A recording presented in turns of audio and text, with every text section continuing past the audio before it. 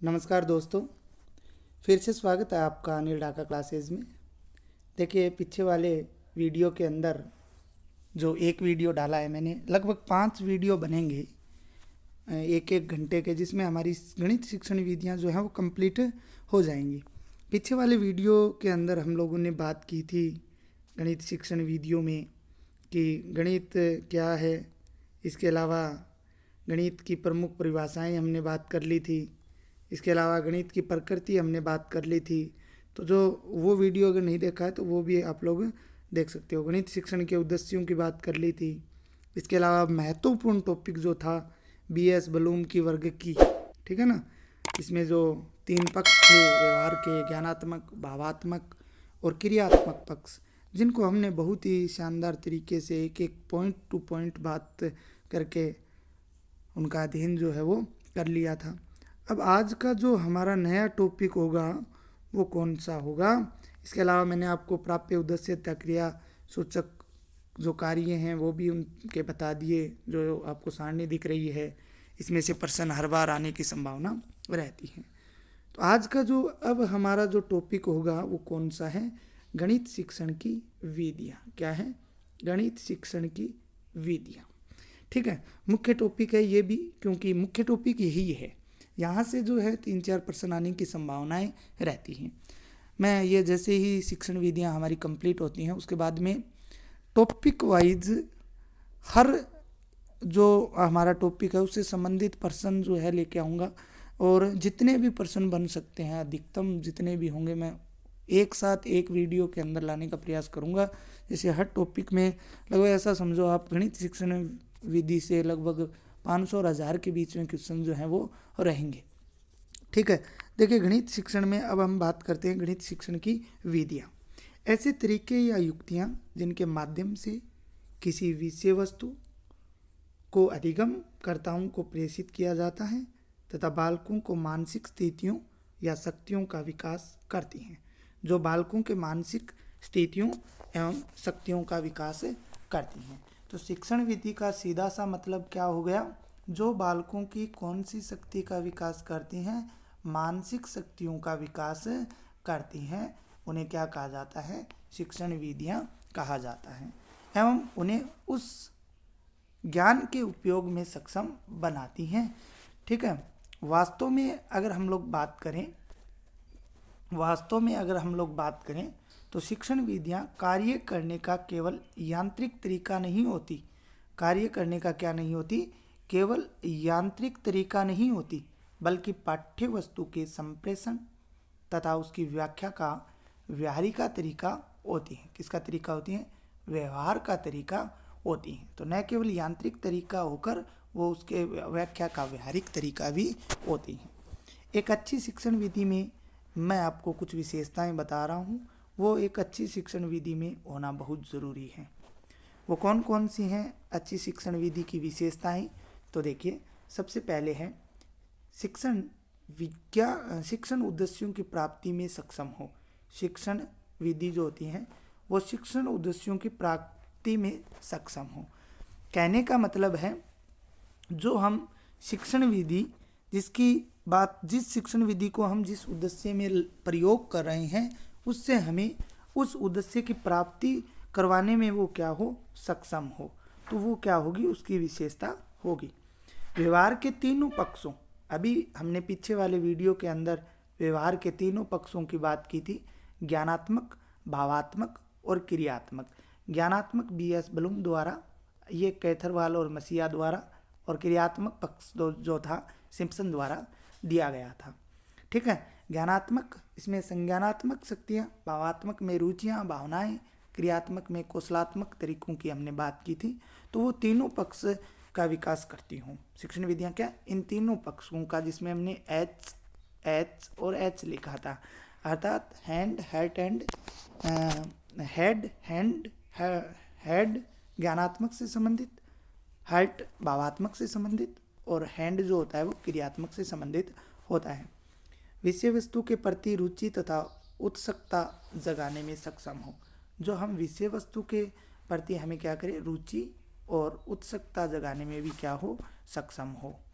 इसके बाद में अगर बात करें तो मनोवैज्ञानिक सिद्धांतों पर आधारित हो। किस पे आधारित हो?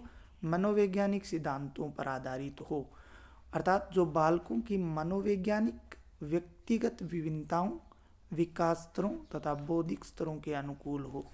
कहने का मतलब है जो बालक है उसके विकास स्तरों तथा बौद्धिक स्तरों के अनुकूल हो। ऐसा ना हो कि उनके प्रतिकूल हो, उनके क्या होनी चाहिए? अनुकूल होनी चाहिए। इसके बाद में बात करते हैं, बालकों को अधिकाधिक क्रियाशील रखती हूँ। बालकों को क्या रखती हूँ? अधिक से अधिक क्या रखती हूँ? क्रियाशील रखती हूँ। ठीक है। इसके अलावा बात करते हैं तो अनुशासन स्थापित करने में सहायक हो। ऐसा ना हो कि जिस शिक्षण विधि को हम प्रयोग में ले रहे हैं वो अनुशासन ना बनाए रखे, तो अनुशासन स्थापित करने में भी क्या हो? सहायक होती है। वो भी एक अच्छी शिक्षण विधि की विशेषता होती है। व्यवहार तथा लचीली हो, अर्थात कहने का मतलब है वो व्यवहारिक हो और साथ में क्या हो? लचीली हो। क्या हो? लचीली हो, जिसे हम किसी प्रकार से भी उपयोग में ले सकते हैं। लचीली का यहाँ पे मतलब क्या है? उसे किसी प्रकार से भी उसको क्या है? प्रयोग में लिया जा सकता है, जबकि उससे जो उद्देश्य की प्राप्ति होगी वो उसी प्रकार से होगी। अब हम कुछ शिक्षण विधियों की बात कर लेते हैं, जिसमें सबसे महत्वपूर्ण आती है और सबसे एक नंबर पे आती है आगमन विधि। देखिए हर एक की बात करेंगे हम, आगमन के बाद में निगमन की बात करेंगे। ठीक है। आगमन विधि की बात करते हैं। सबसे पहले कौन सी विधि की? आगमन विधि की बात जो है वो करते हैं। ये गणित शिक्षण की एक श्रेष्ठ विधि मानी जाती है। गणित शिक्षण की क्या मानी जाती है? श्रेष्ठ विधि मानी जाती है, जो प्राथमिक एवं उच्च प्राथमिक कक्षाओं के गणित शिक्षण के लिए सर्वश्रेष्ठ मानी जाती है। कहने का मतलब है आगमन विधि की अगर बात करें तो प्राइमरी और अपर प्राइमरी क्लासेस जो होती हैं उनके अंदर ये काम आती है। किसके अंदर? प्राइमरी और जो अपर प्राइमरी। अर्थात कहने का मतलब है कक्षा 1 से लेके 8 तक, ठीक है ना, प्राथमिक और उच्च प्राथमिक कक्षा 1 से 8 तक हम मान सकते हैं। वहाँ पे कौन सी विधि काम में आती है? आगमन विधि जो है वो काम में आती है। इसके अलावा बात करते हैं इस विधि में तो नवीन संपत्तियों के परिचय के लिए ये अत्यंत उपयोगी विधि मानी जाती है। जैसे हम गणित शिक्षण विधियाँ पढ़ रहे हैं तो गणित में जब हम संख्याएं सीख रहे होते हैं तो उन संख्याओं के बारे में हमने अगर सबसे पहले जानकारी लेनी है तो उसके लिए क्या है? आगमन विधि जो है वो सबसे उपयोगी विधि मानी जाती है। अर्थात नवीन प्रत्ययों के लिए ये क्या मानी जाती है? सबसे उपयोगी विधि मानी जाती है। इसके बाद हम बात करते हैं इस विधि में भिन्न भिन्न उदाहरणों या स्थूल तथ्यों या सूचनाओं का निरीक्षण करके उनमें समान पैटर्न देखकर अपनी मानसिक शक्तियों की आवश्यकता से किसी विशिष्ट निष्कर्ष तक पहुंचा जाता है, वह सिद्धांत की स्थापना की जाती है। इस विधि में क्या किया जाता है? जो उदाहरण हैं उनके द्वारा पैटर्न देखकर अपनी मानसिक योग्यताओं के आधार पर, और क्या किया जाता है? मानसिक योग्यताओं के आधार पर सिद्धांत की स्थापना की जाती है। किसकी स्थापना की जाती है? सिद्धांत की स्थापना जो है वो की जाती है। आगमन विधि के शिक्षण सूत्र की अगर बात करें कि इसके शिक्षण सूत्र क्या होंगे, तो देखिए शिक्षण सूत्र हम हर विधि के अंदर पढ़ेंगे। तो शिक्षण सूत्रों की अगर बात करते हैं तो कौन कौन से हैं? देखिए उदाहरणों से नियम की ओर जाती है। ये किसकी ओर जाती है? उदाहरणों से नियम की ओर। सबसे पहले हम एग्जाम्पल की बात करेंगे, उसके बाद में उन एग्जाम्पलों से संबंधित क्या बनेंगे? इसमें रूल बनते हैं, अर्थात नियम बनते हैं। स्थूल से सूक्ष्म की ओर, ठीक है ना, बहुत बड़ा पैटर्न होता है, उससे क्या इसमें हम क्या जाएंगे? छोटे छोटे की ओर, भागों की ओर जाते हैं। अर्थात स्थूल से ये किधर जाती है? सूक्ष्म भागों की ओर जाती है। विशिष्ट से सामान्य, विशिष्ट से क्या है? बहुत बड़ा पैटर्न होगा, इसी प्रकार स्थूल से सूक्ष्म की ओर। विशिष्ट होगा उससे क्या है? सामान्य या सरल की ओर जाएंगे। प्रत्यक्ष से प्रमाण की ओर, प्रत्यक्ष से किसकी ओर जाते हैं? प्रमाण की ओर। इसका जो है शिक्षण सूत्र होता है। ज्ञात से अज्ञात की ओर, हमें ज्ञात है और उससे हम किसकी ओर जाते हैं? अज्ञात की ओर जाते हैं। इसके अलावा अगर हम बात करें तो ये इसके क्या हैं? मुख्य, ये इसके मुख्य क्या हो गए? शिक्षण सूत्र हो गए। ठीक है। शिक्षण सूत्रों की बात कर ली, उदाहरणों से नियम, स्थूल से सूक्ष्म, विशिष्ट से सामान्य, प्रत्यक्ष से प्रमाण और ज्ञात से अज्ञात की ओर। इसके बाद में हम बात करें तो जो आगमन विधि के सोपानों की बात करते हैं, किसकी बात करते हैं? आगमन विधि के सोपानों की बात करते हैं। किसकी बात करते हैं? सोपान। आगमन विधि के सोपान की बात करते हैं। तो देखिए, आगमन विधियों के जो सोपान होते हैं वो होते हैं विभिन्न उदाहरणों को प्रस्तुत करना। क्या प्रस्तुत करना? विभिन्न उदाहरणों को प्रस्तुत करना। पहला कौन सा है? विभिन्न उदाहरणों को प्रस्तुत करना। दूसरा, उदाहरणों का निरीक्षण करना। क्या करना? उदाहरणों का निरीक्षण करना। उदाहरणों का क्या करना? निरीक्षण करना। इसके अलावा सामान्यीकरण करना, सिद्धांत की स्थापना करना। सामान्यीकरण करना या फिर क्या करना? सिद्धांत की स्थापना करना। परीक्षण या सत्यापन करना। क्या करना? परीक्षण या उनका क्या करना? सत्यापन करना। इस विधि के प्रतिपादक जो है मैंने साइड में लिखा हुआ है, कौन है? अरस्तु। आगमन विधि के प्रतिपादक कौन माने जाते हैं? अरस्तु माने जाते हैं। कौन माने जाते हैं? अरस्तु माने जाते हैं। तो ये भी आपको यहाँ पे इम्पोर्टेंट के रूप में इसको याद जो है वो रखना है। ठीक है। आगमन विधि के गुणों की बात करते हैं कि आगमन विधि के गुण जो हैं वो कौन कौन से होते हैं। उसके बाद में हम दोष की बात करेंगे। देखिए, आगमन विधि के गुणों की बात करते हैं कि गुण कौन कौन से होते हैं। तो गुण जो है इसमें पहला है, ये मनोवैज्ञानिक विधि मानी जाती है। देखिए, शिक्षण विधि जो भी है मनोवैज्ञानिक ही होंगी, लगभग उनकी प्रकृति कैसी होगी? मनोवैज्ञानिक की होगी, जो मानसिक शक्तियों जैसे तर्क चिंतन को भरपूर विकास करती है। मनोवैज्ञानिक विधि है और ये तर्क चिंतन का क्या है? भरपूर विकास जो है वो करती है। अर्जित ज्ञान स्थायी होता है। हम अगर उदाहरणों से रूल की तरफ जाते हैं, नियम की तरफ जाते हैं, तो इससे जो ग्रहण किया हुआ ज्ञान होता है वो क्या होता है? स्थायी होता है। खोजी प्रवृत्ति को जन्म देती है। किसको जन्म देती है? ये खोजी प्रवृत्ति को क्या देती है? जन्म देती है। ठीक है। डिस्कवरी मैटर्स इसके अंदर आता है। नवीन संपत्तियों के परिचय के लिए सर्वश्रेष्ठ विधि मानी जाती है। यह तो मैंने शुरुआत में भी आपको बता दिया था। क्या है? नवीन संपत्तियों या अवधारणाओं के परिचय के लिए ये क्या मानी जाती है? सर्वश्रेष्ठ विधि मानी जाती है। ये तो इसके क्या हो गए? गुण हो गए। अब बात कर लेते हैं इसके दोषों की। किसकी बात कर लेते हैं? इसके दोषों की बात कर लेते हैं। तो दोष की जब बात करते हैं तो भाई इसमें कमियां कौन कौन सी हैं? तो देखिए, सबसे बड़ी कमी इसकी यही है, ये एक लंबी विधि है जिसमें क्या है? समय अधिक लगेगा। और आपको पता है, अगर लंबी विधि है और समय अधिक लगेगा तो सभी जानते हैं जो पाठ्यक्रम होगा वो पूरा नहीं हो पाएगा। पाठ्यक्रम क्या नहीं हो पाएगा? पूरा नहीं हो पाएगा। और इस विधि पर आधारित पाठ्य पुस्तकों का क्या होता है? अभाव होता है। मतलब पाठ्य पुस्तक भी इस विधि पर आधारित नहीं बनाई जाती, क्योंकि अगर इस पर आधारित बनाई जाएंगी तो उनका जो पाठ्यक्रम है, सिलेबस जिसे हम बोलते हैं, वो पूरा नहीं हो पाएगा। इस विधि से शिक्षण कराने के लिए आपको बता देता हूँ, अनुभवी तथा प्रशिक्षित अध्यापकों की आवश्यकता होती है और उनकी आज के दिन क्या है? बहुत ज़्यादा कमी रहती है, जो बहुत ही कम है, न के बराबर है अनुभवी तथा प्रशिक्षित अध्यापक। तो ये इसके क्या होते हैं? मुख्य चार जो मैंने आपको दोष जो है वो बता दिए हैं। इस प्रकार से हमारी आगमन विधि जो है वो कंप्लीट हो जाती है। कौन सी विधि? आगमन विधि हमारी क्या हो जाती है? कंप्लीट हो जाती है। इसके बाद में दूसरी विधि आती है निगमन विधि। कौन सी विधि आती है? निगमन विधि। निगमन विधि की बात करते हैं। तो एक तो हो गई आगमन विधि, दूसरी कौन सी है? निगमन विधि। निगमन विधि की बात करते हैं तो प्रतिपादक, देखिए उसका तो अरस्तु था और अब अरस्तु के शिष्य जो प्लेटो हैं वो इसके प्रतिपादक होंगे। वो क्या होंगे? इस विधि के प्रतिपादक कहलाते हैं। आगमन विधि के प्रतिपादक कौन थे? अरस्तु।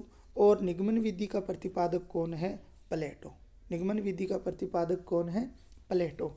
इस विधि में बालकों को पूर्व में ही, अर्थात अगर हम बात करें इस विधि की परिभाषा, तो इस विधि में बालकों को पूर्व में ही अर्थात हल करने के लिए दिए जाते हैं। अर्थात ये आगमन की विपरीत विधि होती है। आगमन की क्या होती है? विपरीत विधि होती है। किसकी विपरीत विधि होती है? आगमन की विपरीत विधि होती है। तो आगमन अरस्तु थे प्रतिपादक और इसके कौन है? प्लेटो। इसमें शिक्षण सूत्रों की बात करते हैं कि शिक्षण सूत्र कौन कौन से होते हैं, तो उसके उल्टे होंगे। ठीक है ना? आगमन के क्या होंगे? उल्टे होंगे। वहाँ पे हमने उदाहरण से नियम की बात की थी, यहाँ पे क्या हो जाएगा? नियम से उदाहरण हो जाएंगे। यहाँ क्या हो जाएंगे, नियम से उदाहरण हो जाएंगे। वहाँ पे हमने स्थूल से सूक्ष्म की थी, यहाँ पे सूक्ष्म से स्थूल हो जाएंगे। वहाँ पे हमने विशिष्ट से क्या बात की थी, सामान्य की, यहाँ पे क्या हो जाएंगे, सामान्य से विशिष्ट हो जाएंगे। वहाँ पे हमने प्रत्यक्ष से प्रमाण की बात की थी, यहाँ पे क्या हो जाएंगे, प्रमाण से प्रत्यक्ष हो जाएंगे। वहाँ पे हमने ज्ञात से अज्ञात की बात की थी, यहाँ पे क्या हो जाएगा, अज्ञात से ज्ञात हो जाएगा। तो इस प्रकार से आपकी जो आगमन और निगमन विधि हैं वो एक दूसरे के क्या होती हैं, विपरीत होती हैं। एक दूसरे क्या होती हैं, विपरीत होती हैं। तो वहाँ के उनके प्रतिपादक अरस्तु थे और इनके कौन हैं, प्लेटो हैं। इसके बाद में आगे बात करते हैं, इस विधि के सोपानों की बात करते हैं। किसकी बात करते हैं, इस विधि के सोपानों की बात करते हैं। सोपान कौन कौन से होते हैं, तो देखिए यहाँ पे सोपान जो है, सिद्धांत या सूत्र ज्ञात का ज्ञान करवाना। क्या होगा, सिद्धांत या सूत्र का ज्ञान करवाना। क्योंकि हम नियम से उदाहरणों की तरफ जाएंगे तो सिद्धांत या सूत्र का ज्ञान हमें करवाना होता है। आंकड़ों का परीक्षण करना, क्या करना, आंकड़ों का परीक्षण करना। इसके अलावा सूत्र या सिद्धांत का प्रयोग करना। किसका प्रयोग करना, सूत्र या सिद्धांत का प्रयोग करना। विभिन्न उदाहरणों द्वारा सत्यापन करना, ठीक है ना, क्योंकि उदाहरणों से नियम की ओर जाती है, नियम से उदाहरणों की ओर जाती है, ठीक है ना। वो तो आगमन विधि हो गई जिसमें नियम से उदाहरणों की तरफ जाती है, ये नियम से उदाहरणों की तरफ जाती है, ठीक है ना। तो उदाहरणों का इसमें क्या होगा, सत्यापन होगा। गुणों की बात करते हैं कि गुण कौन कौन से होते हैं। तो गुण, इसका सबसे बड़ा गुण यही है कि ये सरल तथा संक्षिप्त विधि होती है। सरल तथा संक्षिप्त विधि मतलब छोटी विधि होती है। इसके अलावा कम समय में अधिक ज्ञान प्राप्त करवाती है। कम समय में क्या करवाती है, अधिक ज्ञान प्राप्त कराती है। स्मरण शक्ति का विकास करती है, जबकि वो खोजी प्रवृत्ति का विकास करती है। ये किसका विकास करती हैं, स्मरण शक्ति का विकास करती हैं। अधिकांश पाठ्य पुस्तक इसी विधि पर आधारित हैं। कि प्रश्न अगर पूछा जाए कि जो बोर्ड द्वारा जारी पाठ्य पुस्तकें हैं वो किस विधि पर आधारित होती हैं, तो वो निगमन विधि पे आधारित होती हैं, न कि आगमन विधि पे। रेखागणित की समस्या हल करने में उपयोगी होती है। तो रेखागणित की समस्याएं हल करने में कौन सी विधि उपयोगी होती है, तो वो कौन सी होती है, आगमन विधि न होकर कौन सी होती है, निगमन विधि होती है। इस विधि के दोष की बात करते हैं, तो देखिए दोष कौन से होंगे।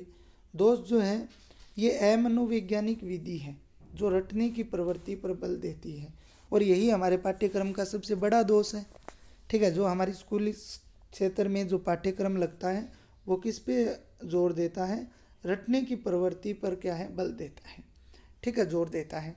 और इसीलिए ये क्या हो जाती है, अमनोवैज्ञानिक विधि हो जाती है।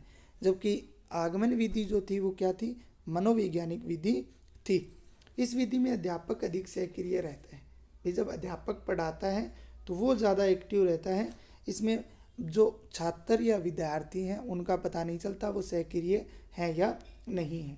तीसरा, संज्ञानात्मक शक्तियाँ जैसे तर्क चिंतन का विकास नहीं करती हैं। इसमें तर्क चिंतन का विकास जो है वो नहीं होता। प्राप्त ज्ञान अस्थायी होता है, जबकि वहाँ पे हमने पढ़ा था प्राप्त ज्ञान क्या होता है, स्थायी होता है।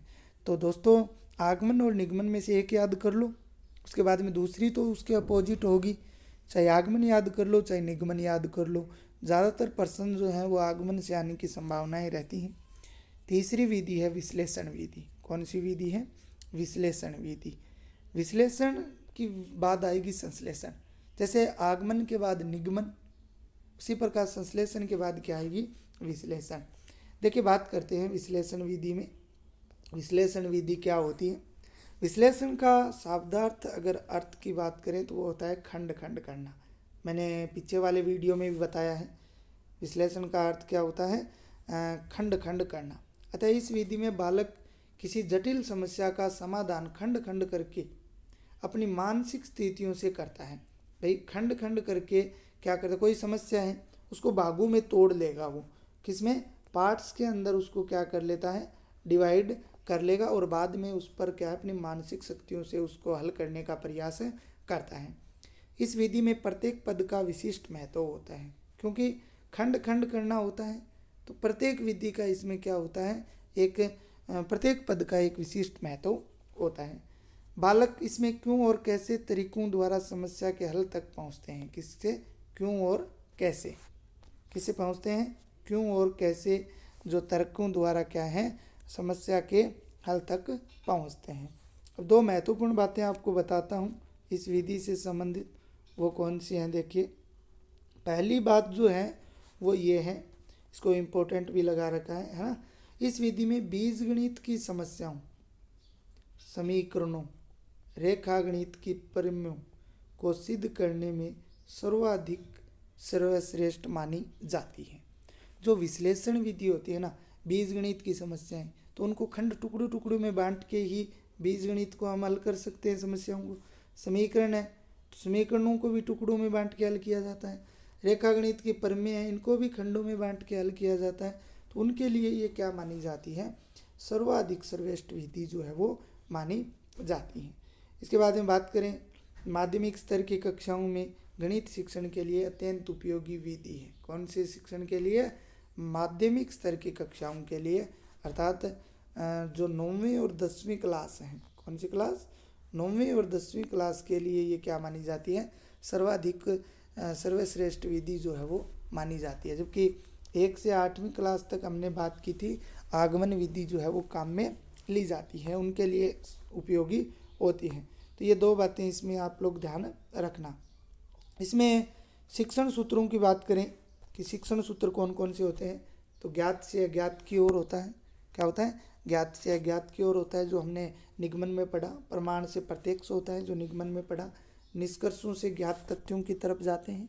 निष्कर्ष निकलने के बाद में हम क्या जाते हैं, ज्ञात तथ्यों की ओर जाते हैं। हमारे पास कोई मैटर होता है, अज्ञात समीकरण होती है, उससे हम ज्ञात की ओर जाते हैं। प्रमाण से हम किसकी ओर जाते हैं, प्रत्यक्ष की ओर जाते हैं। सोपानों की अगर बात करें, इसकी बात करें, शिक्षण सूत्र हमारे हो गए सोपान। तो समस्या की प्रस्तुति करती है, ये क्या करती है, समस्या को प्रस्तुत करती है पूर्ण रूप से। इसमें इस प्रकार से इसका हल होगा। समस्या की अनुभूति देती है, समस्या का विश्लेषण करती है खंड खंड के रूप में। किस रूप में, समस्या का विश्लेषण करती है, किस रूप में, खंड खंड करके। प्रत्येक खंड का क्रमबद्ध रूप से हल करती है। प्रत्येक खंड का क्या करती है, क्रमबद्ध रूप से हल करती है। गुण की बात करें कि इसके गुण कौन कौन से होंगे, तो गुणों की अगर बात करते हैं तो गुण जो है वो मनोवैज्ञानिक तथा वैज्ञानिक विधि होती है। ये कैसी विधि होती है, ये कैसी विधि होती है, मनोवैज्ञानिक तथा वैज्ञानिक विधि होती है।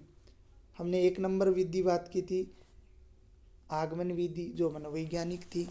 2 नंबर हमने बात की निगमन विधि, जो अमनोवैज्ञानिक थी। लेकिन अगर हम विश्लेषण विधि की बात करते हैं तो वो मनोवैज्ञानिक तथा वैज्ञानिक दोनों प्रकार की होती हैं। विद्यार्थी इसमें समस्या का समाधान करना तर्कों के माध्यम से स्वयं सीखते हैं। किसके माध्यम से, तर्कों के माध्यम से विद्यार्थी जो है वो स्वयं इसमें सीखते हैं। इसमें विश्लेषण द्वारा अर्जित ज्ञान स्थायी होता है।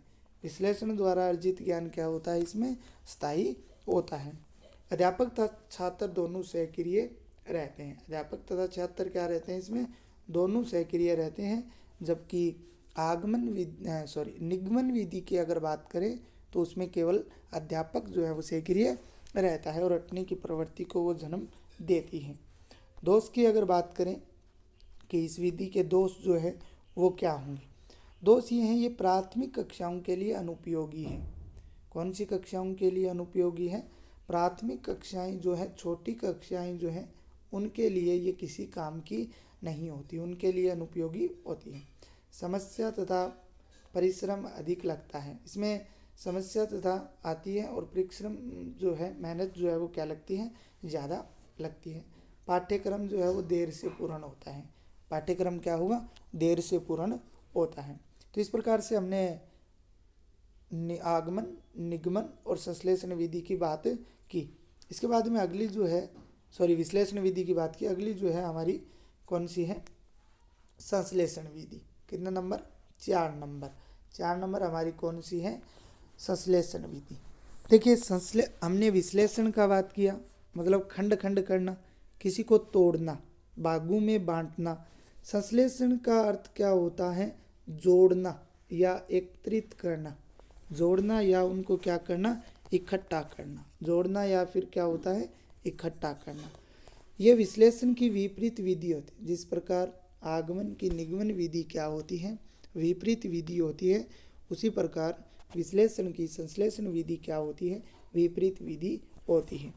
इसमें अगर हम लोग बात करते हैं तो विभिन्न निष्कर्षों को संगठित करके एक नवीन निष्कर्ष, विभिन्न निष्कर्षों को संगठित करके एक नवीन निष्कर्षण का सर्जन किया जाता है। इसलिए इसे समेटने या गूंथने की विधि भी कहा जाता है। क्या कहा जाता है, समेटने या गूंथने की विधि भी कहा जाता है। क्या कहा जाता है, समेटने या गूंथने की विधि। किस विधि को कहा जाता है, संश्लेषण विधि को कहा जाता है। इसके बाद में एक विद्वान थे प्रोफेसर यंग, उनके अनुसार अगर बात करें तो उन्होंने इसके बारे में कहा कि संश्लेषण विधि में जहाँ सूखी घास में से तिनका बाहर निकाला जाता है, वहाँ विश्लेषण विधि में तिनका स्वयं सूखी घास में से बाहर निकलना चाहता है। देखिए, संश्लेषण विधि में तो सूखी घास से तिनका बाहर निकाला जाता है, जबकि अगर हम विश्लेषण की विधि की बात करें तो तिनका स्वयं उसमें से क्या निकलना चाहता है, बाहर। ये प्रश्न आया हुआ है और ये बात किसने कही थी, जो विद्वान थे प्रोफेसर यंग द्वारा ये बात कही गई। इसके बाद में देखिए आगे बात करते हैं। वास्तविक रूप से देखा जाए तो विश्लेषण विधि संश्लेषण विधि की पूरक होती है। विश्लेषण विधि क्या होती है, संश्लेषण विधि की क्या होती है, पूरक विधि जो है वो होती है।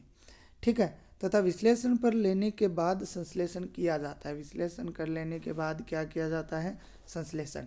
हमेशा याद रखना, पहले क्या होगा, विश्लेषण होगा, उसके बाद में क्या होगा, संश्लेषण होता है। पहले क्या होता है, विश्लेषण होता है, उसके बाद ही क्या होगा, संश्लेषण होगा। जैसे थोड़ा पीछे वाली वीडियो के अंदर चलते हैं।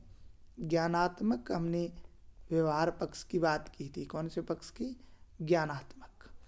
ज्ञानात्मक पक्ष BS ब्लूम द्वारा दिया गया था। इसमें हमने 6 प्रकार पढ़े थे। सबसे पहले ज्ञान होता है, क्या होता है, ज्ञान होता है। उसके बाद में हमने बात की थी कौन सा होता है, अवबोध होता है। कौन सा होता है, अवबोध होता है। उसके बाद में हमने किसकी बात की थी, अनुप्रयोग होता है। कौन होता है, अनुप्रयोग या ज्ञानोप्रयोग होता है। उसके बाद में आप लोग याद करो, मैंने आपको बताया था विश्लेषण। उसके बाद में हमने किसकी बात की थी, विश्लेषण की बात की थी। और विश्लेषण के बाद में हमने किसकी बात की थी, संश्लेषण की बात जो है वो की थी। किसकी बात की थी, संश्लेषण की। और उसके बाद में आपका क्या था, मूल्यांकन था। तो हमेशा याद रखना, पहले क्या होता है, विश्लेषण, और उसके बाद में ही क्या किया जाता है, संश्लेषण किया जाता है। इस विधि में अगर हम बात करें इसके शिक्षण सूत्रों की, तो शिक्षण सूत्र जो होते हैं वो देखिए मैं आपको उदाहरण द्वारा भी बताऊंगा। शिक्षण सूत्रों की बात करें तो ज्ञात से अज्ञात की ओर। ज्ञात से क्या होते हैं, अज्ञात की ओर, जो हमने आगमन विधि में किए। दिए गए तथ्यों से निष्कर्ष की ओर, दिए गए तथ्यों से निष्कर्ष की ओर। जैसे देखिए बात करते हैं, यदि A/B बराबर C/D हो तो सिद्ध करो A + B/B बराबर C+D/D। ये हमें दिया हुआ है, दिए गए तथ्य से निष्कर्ष की ओर। ये दिया हुआ है, तो दिया हुआ है तो हम संश्लेषण विधि द्वारा जो दिया हुआ है वो लिखते हैं, और दोनों ओर एक जोड़ने पर, और इसको लास्ट में दोनों ओर एक जोड़ने पर ये A/B + 1/1 C/D + 1/1 इस प्रकार करते हैं, लघुत्तम लेते हैं, तो लास्ट में हमारे पास क्या है, ये प्राप्त हो जाता है। ये जो है ये प्राप्त हो जाता है। तो हमें दिया गया था, जो दिया गया था उससे हम किसकी ओर पहुंच रहे हैं, निष्कर्ष की ओर पहुंच जाते हैं। निष्कर्ष से किसकी ओर पहुंच जाते हैं, तो ज्ञात से हम किसकी ओर पहुंचते हैं, अज्ञात की ओर। इसी प्रकार विश्लेषण विधि में हमारे पास ये होता है, विश्लेषण विधि में हमारे पास अज्ञात होता है, इससे हम किसकी ओर पहुंचते हैं, ज्ञात की ओर। अर्थात निष्कर्ष से जो हमें प्राप्त करना है, जो दिया हुआ है उसकी ओर पहुंचते हैं। तो ये थी हमारी कौन सी विधि, संश्लेषण विधि के जो शिक्षण सूत्र हो गए। इसके बाद में इस विधि के गुणों की बात करें तो गुण जो है ये संक्षिप्त तथा सरल विधि होती है। संक्षिप्त तथा क्या होती है, सरल विधि होती है। विचारों के गठन तथा नवीन विचारों के सर्जन को प्रोत्साहित करती है। विचारों के गठन तथा नवीन विचारों के सर्जन को प्रोत्साहित करती हैं। पाठ्य पुस्तक आधारित विधि मानी जाती है। क्या मानी जाती है? पाठ्य पुस्तक आधारित विधि मानी जाती है, जो पाठ्यक्रम समय पर पूर्ण करवाती है। ठीक है ना। यही विधि ज़्यादातर जो अध्यापक होते हैं उच्च कक्षाओं में इसको काम में लेते हैं। दोष की बात करते हैं तो दोष इसके केवल संश्लेषण की प्रक्रिया द्वारा समस्या समाधान संभव नहीं है। इसके लिए हमें क्या करना पड़ता है? विश्लेषण भी करना पड़ता है। क्या करना पड़ता है? विश्लेषण जो है वो भी हमें करना पड़ता है। केवल संश्लेषण से प्राप्त निष्कर्षों से बालकों की क्यों और कैसी जैसी जिज्ञासा की संतुष्टि नहीं की जाती, उसके लिए क्या आवश्यक होता है? विश्लेषण आवश्यक होता है। कोई रटने की प्रक्रिया पर केंद्रित होती है। क्या है? रटने की केंद्रिया पर भी ये क्या होती है? केंद्रित होती है। तो इस प्रकार से दोस्तों हमने कितनी विधियों की बात कर ली। अभी जो पहली हमने कौन सी की? आगमन विधि। पहली 1 नंबर पे कौन सी की थी? आगमन। 2 नंबर पे हमने कौन सी की है? निगमन। 2 नंबर पे कौन सी कर ली? निगमन। और 3 नंबर पे हमने कौन सी की थी? विश्लेषण। 3 नंबर पे कौन सी की? विश्लेषण। और 4 नंबर पे हमने कौन सी कर ली? संश्लेषण। 4 नंबर पे कौन सी कर ली? संश्लेषण। तो इस प्रकार आगमन, निगमन, विश्लेषण और संश्लेषण जो है 4 विधियां हमारी गणित की शिक्षण विधियों में 4 कंप्लीट हो गई हैं।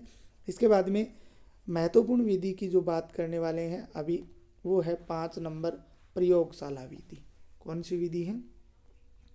प्रयोगशाला विधि या लैब मेथड। इस विधि का आधार जो है वो आगानात्मक चिंतन होता है। इसका आधार कौन सा होता है?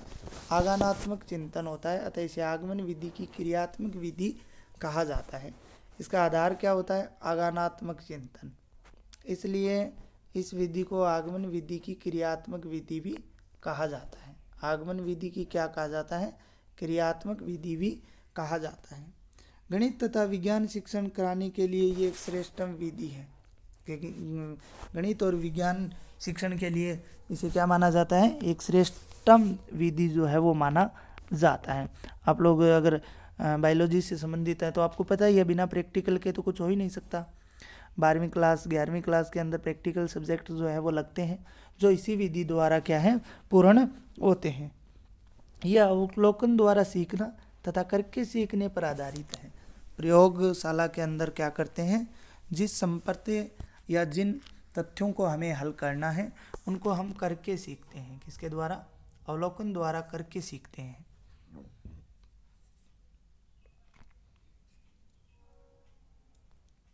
इसमें आगे देखें तो करके सीखने पर आधारित है तथा इसमें बालक अपनी ज्ञानेंद्रियों द्वारा प्रत्यक्ष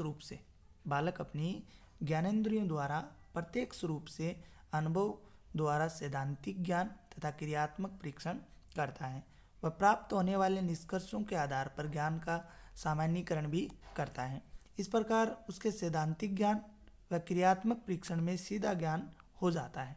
इस विधि के शिक्षण सूत्र आगमन विधि जैसे ही होते हैं। अब याद करो, सबसे पहले हमने आगमन विधि जो की थी उसके जैसे ही इसके क्या होते हैं? शिक्षण सूत्र होते हैं। तो एक बार आगमन विधि के आप शिक्षण सूत्र जो हैं वो देख सकते हो, उसके जैसे ही इसके जो शिक्षण सूत्र हैं वो होंगे। इसके बाद में देखिए इसके सोपानों की बात करते हैं तो वो महत्वपूर्ण है। प्रयोग के उद्देश्यों का निर्धारण करना, आवश्यक उपकरणों तथा सामग्रियों की व्यवस्था करना, क्योंकि बिना उपकरण और सामग्रियों के बिना क्या है? प्रयोगशाला विधि संपन्न नहीं हो सकती। प्रयोग द्वारा सूचनाएं प्राप्त करना, प्राप्त प्रेक्षणों का विश्लेषण करके सामान्यीकरण करना, प्राप्त सिद्धांतों का क्या करना? सत्यापन करना। प्राप्त सिद्धांतों का क्या करना? सत्यापन करना। इसके बाद में अगर हम लोग बात करें आगे गुण की बात करें तो ये कौशलात्मक उद्देश्यों की प्राप्ति के लिए सर्वोत्तम विधि मानी जाती है। किसके लिए? कौशलात्मक उद्देश्यों की प्राप्ति के लिए। ठीक है ना, इंपॉर्टेंट भी लगा रखा है इसको। ये कौशलात्मक उद्देश्यों की प्राप्ति के लिए कौन सी विधि सर्वश्रेष्ठ होती है? तो वो आपकी होती है प्रयोगशाला विधि। ज्ञानेंद्रियों द्वारा अर्जित ज्ञान स्थायी होता है तथा उस पर अवबोधात्मक पक्ष अच्छी तरह से विकसित हो जाता है। देखिए, हम कोई भी काम अगर करके सीखते हैं तो वो हमारे लिए क्या हो जाता है? स्थायी हो जाता है। वो हमारे लिए क्या हो जाता है? स्थायी हो जाता है। सैद्धांतिक ज्ञान का प्रयोगात्मक परीक्षण द्वारा पुनर्बलन हो जाता है, ठीक है ना। सैद्धांतिक ज्ञान का जो परीक्षण द्वारा क्या हो जाता है, प्रयोगात्मक परीक्षण द्वारा पुनर्बलन हो जाता है। बालकों में आगमनात्मक तथा विश्लेषणात्मक क्षमताओं का प्राप्त विकास होता है। आगमनात्मक तथा विश्लेषणात्मक क्षमताओं का क्या होता है, प्राप्त विकास होता है। अब बात करते हैं इस विधि के दोषों की, कि इस विधि के दोष जो हैं वो कौन कौन से होते हैं। दोष की अगर बात करें तो प्रयोगशाला विधि के लिए आवश्यक साधन यंत्रों की आवश्यकता होती है, इसलिए ये क्या होती है, खर्चीली विधि होती है। कैसी विधि होती है, खर्चीली विधि होती है, पैसे ज़्यादा लगते हैं। अधिक संसाधनों एवं प्राप्त स्थान व प्रशिक्षित अध्यापकों की आवश्यकता होती है। देखिए, प्रशिक्षित अध्यापक होंगे तभी जीव विज्ञान, भौतिक विज्ञान या फिर अन्य विज्ञान है उनसे संबंधित की जाएगी। अगर हम विज्ञान शिक्षण विधियों में बात करें तो यहाँ पे गणित कर रहे हैं तो गणित के लिए भी क्या है, अच्छे अध्यापकों की आवश्यकता होगी। छोटी कक्षाओं के लिए अनुप्रयुक्त होती है, छोटी कक्षाओं के लिए ये क्या होती है, अनुप्रयुक्त होती है। उनमें किसी प्रकार की प्रयोगशाला विधि जो है वो काम में नहीं ली जा सकती। पाठ्यक्रम के सभी प्रकरणों द्वारा इस विधि को पढ़ाया जाना संभव नहीं है। भाई सभी टॉपिक्स जरूरी नहीं है कि प्रयोगशाला विधि द्वारा या प्रयोग करके या करके सिखाया जाने पर ही आधारित हों। तो सभी जो टॉपिक्स हैं वो इस विधि द्वारा पढ़ाया जाना क्या नहीं है, संभव नहीं है। इसके बाद में हम बात करते हैं 6 नंबर प्रायोजना विधि। प्रायोजना विधि को प्रोजेक्ट विधि भी कहा जाता है। और प्यारे दोस्तों, इस विधि को आप लोग इम्पोर्टेंट लगा लेना, यहाँ से प्रश्न जरूर आता है। प्रायोजना विधि या प्रोजेक्ट विधि से जो प्रश्न है वो हर बार पूछा जाता है। अब प्रश्न किस प्रकार से पूछा जाता है, क्या प्रश्न होता है, उनकी भी हम बात करेंगे। सबसे पहले तो प्रायोजना विधि का जो सर्वप्रथम विचार दिया था वो कौन थे, जॉन डीवी। सर्वप्रथम प्रायोजना विधि का विचार किस विद्वान ने दिया था, जॉन डीवी ने दिया था। किस विद्वान ने दिया था, जॉन डीवी ने दिया था। किंतु इस विधि का प्रतिपादक जो है वो औपचारिक रूप से उनके शिष्य जॉन डीवी के शिष्य थे, जिनका नाम था विलियम किलपैट्रिक। क्या नाम था, विलियम किलपैट्रिक, ठीक है। तो विचार तो सर्वप्रथम गुरु ने दिया और उसका प्रतिपादक औपचारिक रूप से किसे माना जाता है, विलियम किलपैट्रिक को माना जाता है। और जॉन डीवी ने इसका विचार जो है वो दिया था। विलियम पैट्रिक ने क्या बताया कि इस विधि को विलियम किलपैट्रिक ने कहा कि इस विधि को सहकारिता आधारित क्रियात्मक विधि भी कहा जाता है। ये प्रश्न आया हुआ है कि निम्न में से सहकारिता आधारित क्रियात्मक विधि कौन सी होती है, तो वो कौन सी विधि होती है, प्रायोजना विधि होती है। सहकारिता आधारित क्रियात्मक विधि कौन सी होती है, प्रयोजना विधि होती है। क्योंकि अगर हम बात करें, इसमें बालक एक समूह में परस्पर सहयोग करते हुए अपनी गति से अधिगम करता है। तो सहकारिता का मतलब परस्पर सहयोग करना, एक समूह के द्वारा परस्पर सहयोग करना ही क्या होता है, सहकारिता होता है। तो सहकारिता आधारित ये क्या होती है, क्रियात्मक विधि होती है। इसके बाद में अगर हम बात करें तो विलियम किलपैट्रिक की बात करते हैं। तो इन्होंने बताया प्रायोजना एक ऐसी उद्देश्यपूर्ण क्रिया है जिसमें मन लगाकर सामाजिक वातावरण में पूरा किया जा सकता है। जिसे क्या है, मन लगाकर कहाँ पूरा किया जा सकता है, सामाजिक वातावरण में पूरा किया जा सकता है। ये बात किसने बताई, विलियम किलपैट्रिक ने बताई।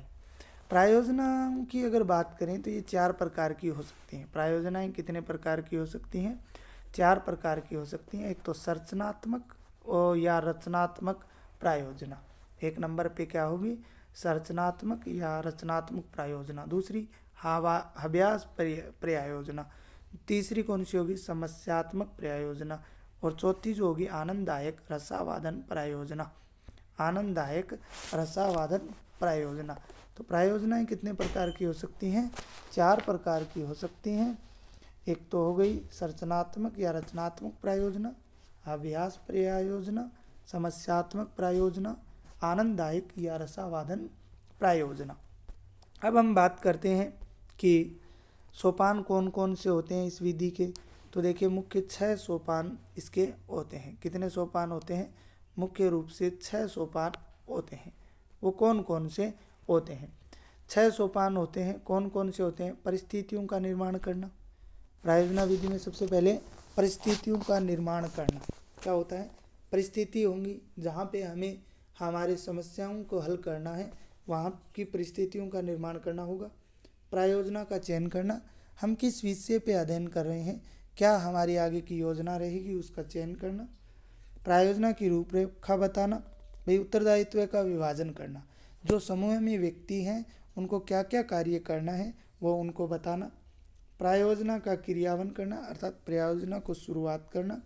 उसके बाद में प्रायोजना का मूल्यांकन करना कि प्रायोजना किस प्रकार से हुई है, और लास्ट में अभिलेख संधारण अर्थात लेखा जोखा, या इंग्लिश में अगर बात करें तो रिकॉर्ड मेंटेन, ठीक है ना, रिकॉर्ड मेंटेन। लास्ट में क्या किया जाता है? Record maintain. सबसे पहले क्या किया जाता है? परिस्थितियों का निर्माण किया जाता है। दूसरा क्या किया जाता है? प्रायोजना का चयन किया जाता है। तीसरा क्या किया जाता है? प्रायोजना की रूपरेखा तैयार की जाती है। उसके बाद चौथा क्या किया जाता है? प्रायोजना का क्रियान्वयन। उसके बाद में प्रायोजना का मूल्यांकन, और लास्ट में अभिलेख संधारण या लेखा जोखा रखा जाता है। गांधी जी ने अपने बेसिक शिक्षा मॉडल में प्रायोजना विधि द्वारा ही शिक्षण कार्य पर सर्वाधिक बल दिया था। गांधी जी ने क्या दी थी? बेसिक शिक्षा मॉडल दिया था। क्या दिया था? बेसिक शिक्षा मॉडल दिया था, सभी को पता है। और इसके लिए इन्होंने कौन सी विधि को महत्व दिया था? प्रायोजना विधि द्वारा ही शिक्षण कराने पर सर्वाधिक बल जो है वो दिया था। तो प्रश्न पूछ सकता है, गांधी जी द्वारा दिए गए बेसिक शिक्षा मॉडल किस विधि पर आधारित था? तो प्रायोजना विधि पर आधारित था। इसके बाद में बात करते हैं इस विधि के गुणों की। किसकी बात करते हैं? इस विधि के गुणों की बात करते हैं। तो गुण जो होते हैं वो होते हैं, सबसे पहला सामाजिक गुणों का विकास करती है। किसका विकास करती है? सामाजिक, क्योंकि समूह में रह के किसी विशेष क्षेत्र के अंदर ये काम किया जाता है तो सामाजिक गुणों का विकास होता है। समभाव या अंतर संबंध के सिद्धांत का पालन करती है। करके सीखने पर आधारित है। जैसे प्रयोगशाला विधि थी उसी प्रकार प्रायोजना भी क्या है? करके सीखने पर आधारित होती है। अतः कौशलात्मक पक्ष का विकास करती है। करके सीखने पर होगी तो सीधी सी बात है कौशलात्मक पक्ष या क्रियात्मक पक्ष का विकास करेगी। स्वयं परिश्रम करने तथा समस्या समाधान तक पहुंचने की भावना विकास करती है। प्रायोजना या प्रोजेक्ट विधि में क्या हो? काम दे दिया जाता है, अब बालकों द्वारा स्वयं के आधार पर, स्वयं की परिश्रम के आधार पर उन समस्याओं के समाधान तक पहुंचने की भावना का क्या किया जाता है? विकास जो है वो किया जाता है। इसके बाद में दोष की बात करते हैं। इस विधि के दोष की बात करते हैं। दोष की बात करते हैं तो दोष में समय तथा परिश्रम अधिक लगता है। मान लीजिए किसी काम के लिए प्रोजेक्ट दे दिया जाता है तो उसके लिए समय तथा परिश्रम जो है वो अधिक लगता है। छोटे बालकों के लिए उपयुक्त विधि नहीं है। छोटे बालकों के लिए क्या नहीं है? उपयुक्त विधि नहीं है। पाठ्यक्रम समय पर पूर्ण होने की सक्षम विधि नहीं है। प्रत्यक्ष प्रकरण प्रायोजना द्वारा हल नहीं किया जा सकता। जिस प्रकार से प्रयोगशाला विधि थी तो उसी प्रकार से ये विधि भी होती है। इसके बाद में खोज विधि है, 7वीं विधि, महत्वपूर्ण विधि है। खोज विधि की अगर बात करते हैं तो खोज विधि जो है इसे ह्यूरिस्टिक विधि भी कहा जाता है। महत्वपूर्ण विधि है, इसको इम्पोर्टेंट आप लोग लगा सकते हो खोज विधि को। देखिए वैसे तो सभी इम्पोर्टेंट है लेकिन इनसे प्रश्न ज़्यादा आते हैं। प्रायोजना विधि है, ह्यूरिस्टिक विधि है, आगमन विधि है, ये इनसे ज़्यादा प्रश्न पूछे जाते हैं। तो ह्यूरिस्टिक विधि इसे खोज विधि भी कहा जाता है। प्रतिपादक जो है वो हेनरी आर्मस्ट्रॉन्ग होता है इसका। प्रतिपादक कौन है? Henry Armstrong. और इस अगर शब्द की उत्पत्ति की बात करें कि ह्यूरिस्टिक शब्द की उत्पत्ति जो है वो ग्रीक भाषा से हुई है। किस भाषा से हुई है? ग्रीक भाषा से हुई है। ह्यूरिस्को, कौन से शब्द से? ह्यूरिस्को शब्द से हुई है। कौन से शब्द से हुई है? ह्यूरिस्को शब्द से हुई, ठीक है। और आई डिस्कवर, मैं खोजता हूँ, अर्थ क्या होगा उसका? आई डिस्कवर या फिर मैं खोजता हूँ। ग्रीक भाषा के ह्यूरिस्को शब्द का अर्थ क्या होता है? मैं खोजता हूँ। इसलिए इस विधि को खोज विधि भी कहा जाता है। अब बात करते हैं इस विधि में होगा क्या, इस विधि को और किन नामों से जाना जाता है, किस प्रकार से इसके सोपान, दोष और गुण होते हैं, उनके हम बात करते हैं। तो सबसे पहले तो इस विधि को अनुसंधान विधि या अन्वेषण विधि या खोज विधि भी कहा जाता है। तो ये नाम भी आप लोगों को ध्यान में रखने, अनुसंधान विधि, अन्वेषण विधि और खोज विधि, ठीक है। तथा इसमें बालक अपनी संज्ञानात्मक शक्तियों मतलब ज्ञानात्मक पक्ष का ज़्यादा उपयोग करता है। किसका उपयोग करता है? ज्ञानात्मक पक्ष का ज़्यादा उपयोग करता है, कि सहायता से तथ्यों को अवलोकन करता है, उनका अध्ययन करता है तथा परीक्षण करते हुए समस्या का समाधान तक पहुंचता है। संज्ञानात्मक शक्तियों की सहायता से तथ्यों का अवलोकन करता है, उनका अध्ययन करता है तथा परीक्षण करता हुआ समस्या समाधान तक पहुंचता है। वह कुछ नवीन निष्कर्षों की खोज करता है, इसलिए इसे ह्यूरिस्टिक विधि को अनुसंधानात्मक दृष्टिकोण विकसित करने वाली सर्वश्रेष्ठ विधि मानी जाती है। क्या मानी जाती है? इसको क्या माना जाता है?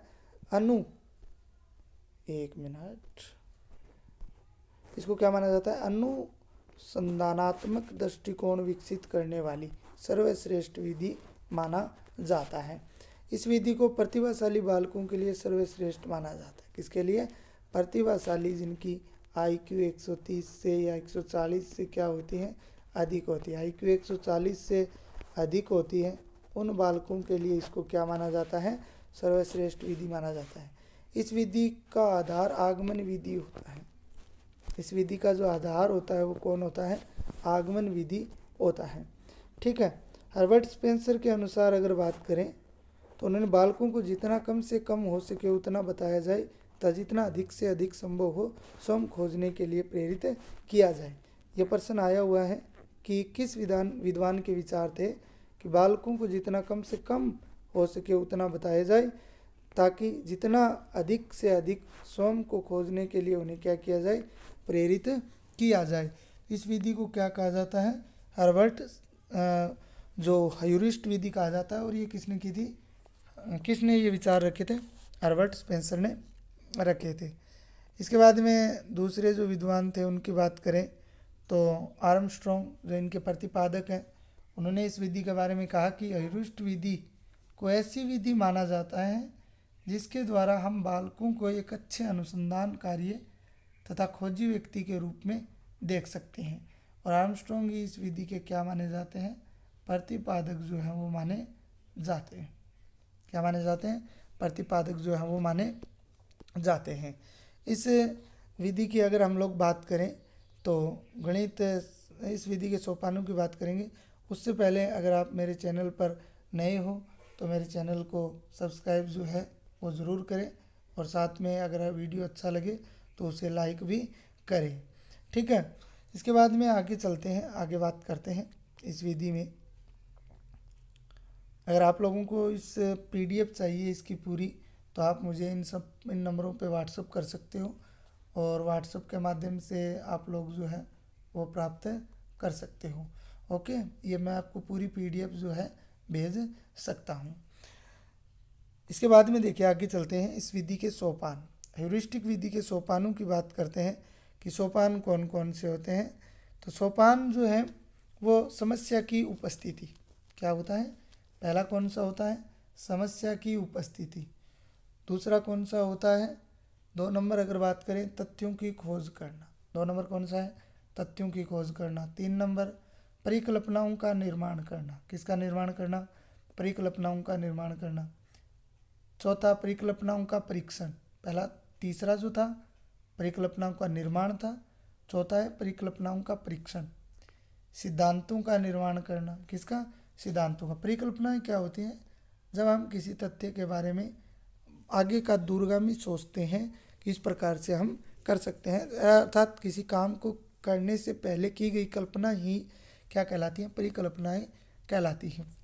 सिद्धांतों का क्या करना? निर्माण करना। इस विधि के गुणों की अगर बात करें तो जो गुण होते हैं वो होते हैं, पहले गुण की बात करते हैं तो निरीक्षण तथा, पहले गुण की अगर बात करें तो वो कौन सा है? निरीक्षण तथा परीक्षण के सिद्धांत पर आधारित है। किस पे आधारित है? निरीक्षण तथा परीक्षण के सिद्धांत पर आधारित होती है। अतः पूर्ण रूपेण वैज्ञानिक विधि होती है। किस पे क्या विधि होती है? वैज्ञानिक विधि होती है। इसके बाद में बात करें 2 नंबर, तो बालकों को स्वयं खोजने के लिए प्रेरित करती है। क्या करती हैं? बालकों को स्वयं खोजने के लिए प्रेरित करती है। वैज्ञानिक दृष्टिकोण प्रदान करने वाली विधि है, वैज्ञानिक दृष्टिकोण प्रदान करने वाली विधि होती है। इसके अलावा अगर हम बात करें तो ये तर्क चिंतन, कल्पना तथा आलोचनात्मक दृष्टिकोण का विकास करती है। किसका? तर्क चिंतन, कल्पना तथा आलोचनात्मक दृष्टिकोण का विकास करने वाली विधि होती है। ठीक है, अब बात करते हैं इसके दोष की। किसकी बात करते हैं? दोष की। तो छोटे बालकों तथा न्यून बौद्धिक क्षमता वाले के लिए ये उपयुक्त विधि नहीं होती है। छोटे बालकों के लिए क्या नहीं होती है? उपयुक्त विधि जो है वो नहीं होती है। ठीक है, समय तथा परिश्रम जो है वो अधिक लगता है। समय तथा परिश्रम क्या लगता है? मेहनत जो है वो ज़्यादा लगती है। कई बार निष्कर्षों की प्राप्ति विलम्ब से हो जाती है, भाई हो पाती है, विलम्ब से क्या है? हो पाती है। इसके बाद में आगे बात करते हैं 8 नंबर गणित शिक्षण विधि की। हमने कितनी कर ली? 7 कर ली। आगमन, निगमन, विश्लेषण, संश्लेषण, प्रयोगशाला, ठीक है, ह्यूरिस्टिक। अब कौन सी है? प्रायोजना विधि। इस अब कौन सी है? समस्या समाधान विधि। 8 नंबर कौन सी है? समस्या समाधान विधि की जो है बात करेंगे। समस्या समाधान विधि की बात करते हैं तो इसका जो प्रतिपादक है वो कौन है? सुकरात। प्रतिपादक कौन है? सुकरात। ठीक है, ह्यूरिस्टिक विधि का प्रतिपादक कौन था? ह्यूरिस्टिक विधि का प्रतिपादक कौन था? अभी अभी हमने जो बात की है, आर्मस्ट्रॉन्ग। इसके अलावा प्रायोजना विधि का प्रतिपादक कौन था? वैसे तो विचार तो जॉन डीवी ने दिए थे, लेकिन विलियम किलपैट्रिक जो थे उनको क्या माना जाता है? प्रायोजना विधि का प्रतिपादक जो है वो माना जाता है। देखिए, समस्या समाधान विधि के प्रतिपादक कौन है? सुकरात हैं। गणितीय समस्याओं के मानसिक समाधान तक पहुंचने की एक श्रेष्ठ विधि मानी जाती है। कहाँ तक पहुंचने के लिए? मानसिक समाधान तक पहुंचने के लिए, जिसमें बालकों की मानसिक प्रक्रियाओं का महत्व, मानसिक प्रक्रियाओं को क्या दिया जाता है? महत्व जो है वो दिया जाता है। इस विधि में पाठ्यक्रम को इस प्रकार से संगठित किया जाता है कि बालकों के समूह के एक वास्तविक प्रकार की समस्या उत्पन्न हो तथा वह अन्य बालकों के साथ मिलकर एक दूसरे का सहयोग करते हुए उस समस्या तक पहुँचे। ठीक है ना? इस प्रकार की समस्या भाई उस पहले समस्या उत्पन्न की जाती है, फिर समस्या के बारे में विस्तार से उसका क्या करना? हल निकालना। उसका क्या करना? समाधान निकालना। उसका क्या निकालना? समाधान निकालना। यह विधि प्रायोजना विधि से मिलती जुलती है। जो प्रायोजना विधि की हमने बात की थी तो उससे मिलती जुलती विधि ही ये होती है। ठीक है, अंतर केवल इतना होता है कि प्रायोजना विधि में समस्या का क्रियात्मक हल ढूंढा जाता है। क्या ढूंढा जाता है? क्रियात्मक हल ढूंढा जाता है। और समस्या समाधान विधि में सैद्धांतिक, वहाँ पे तो हम क्रियात्मक या कौशलात्मक तरीके से समस्या का हल ढूंढते हैं, यहाँ पर हम क्या ढूंढते हैं? सैद्धांतिक तरीके से उस समस्या का समाधान ढूंढते हैं। तो समस्या समाधान विधि और प्रायोजना विधि लगभग दोनों समान ही होती हैं। अंतर आपको मैंने केवल बता दिया। इसमें सोपानों की बात करें तो समस्या का चयन किया जाता है, समस्या का प्रस्तुतिकरण करके उसका महत्व बताया जाता है, परिकल्पनाओं तथा उपकल्पनाओं का निर्माण किया जाता है, समस्या समाधान के लिए तथ्यों को एकत्रीकृत किया जाता है। इसके अलावा अगर हम बात करें तो एकत्रित तथ्यों का विश्लेषण करके उनका सामान्यीकरण किया जाता है, समस्या का समाधान करना व निष्कर्षों का मूल्यांकन किया जाता है। गुणों की अगर इस विधि में बात करें तो जीवन में समस्या समाधान का एक विशिष्ट दृष्टिकोण निर्मित करती हैं, भाई समस्या ढूंढने की आदत पैदा करती हैं। बालक तथ्यों का एकत्रीकरण तथा व्यवस्थित करना सीखते हैं। समस्या समाधान की प्रक्रिया में बालक क्रियाशील तथा अनुशासित रहते हैं। अर्जित ज्ञान क्या होता है? इसमें स्थायी होता है। अर्जित ज्ञान क्या होता है? इसमें स्थायी होता है। ठीक है, दोष की अगर बात करें तो आर्थिक संदर्भ सामग्री की आवश्यकता होती है। किसकी आवश्यकता होती है? आर्थिक संदर्भ सामग्री की इसमें आवश्यकता होती है। छोटे बालकों के लिए ये उपयोगी विधि नहीं होती। ठीक है ना? जो हमने आगमन विधि पढ़ी थी वही प्राथमिक और उच्च प्राथमिक बालकों के लिए काम में आती है। बाकी लगभग सभी विधियां जो बाकी हमने पढ़ी हैं 7 वो काम में नहीं आती हैं। गणित विषय के केवल कुछ प्रकरणों को ही इस विधि से पढ़ाया जा सकता है। हम गणित शिक्षण की बात कर रहे हैं तो उनके कुछ प्रकरणों को ही इसमें पढ़ाया जा सकता है, तो इसे हम किस में रख सकते हैं? इसके दोष में रख सकते हैं।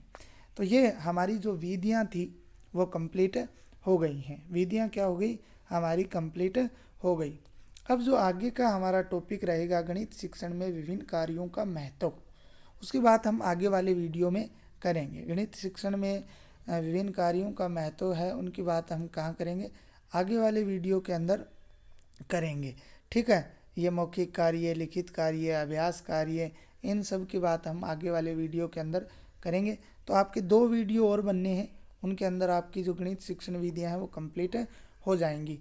और आज हमने जो विभिन्न विधियों की बात की है, और इनसे प्रश्न लगभग 2 या 3 प्रश्न हर बार परीक्षा में पूछे जाते हैं। 2 वीडियो और बनेंगे। इस प्रकार से हमने लगभग दोनों वीडियो के अंदर, इससे पीछे वाले वीडियो और इसमें हमने लगभग 6 या 7 प्रश्नों की जो मुख्य बातें थी, 7-8 प्रश्नों की, वो बातें कर ली हैं। तो आज के लिए इतना ही, धन्यवाद। फिर मिलते हैं आगे नए टॉपिक। नमस्कार दोस्तों, हम गणित शिक्षण विधियों की बात कर रहे थे, जिसमें हमने गणित शिक्षण की विधियाँ, इसके अलावा गणित की प्रकृति, प्रमुख विशेषताएं, इसके अलावा गणित शिक्षण के उद्देश्य और जो BS ब्लूम की वर्गीकृति और व्यवहार के पक्ष थे, उन सब की बात हमने कर ली।